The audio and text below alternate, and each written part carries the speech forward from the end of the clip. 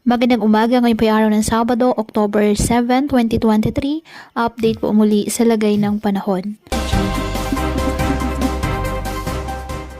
Ayon sa Pag-asa, kasabay po ng paglayo ng bagyong Koino na dating pong bagyong si Jenny ay unti-unti namang paglapit ng low pressure area na posible pong pumasok ng ating PAR ngayong weekend.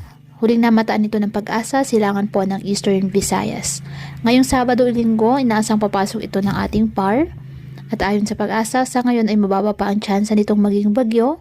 Mababa din po ang tsansa magkaroon ito ng direktang epekto sa bansa.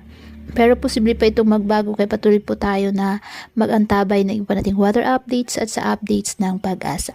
Bukod naman po dito sa LPA na may isa din pong pamumuong sirkulasyon na halos katabi lang po ng minomonitor na low pressure area.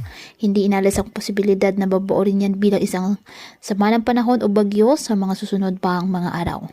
Ang susunod na pangalan ng bagyo na gagamitin ng Pag-asa ay Bagyong Kabayan.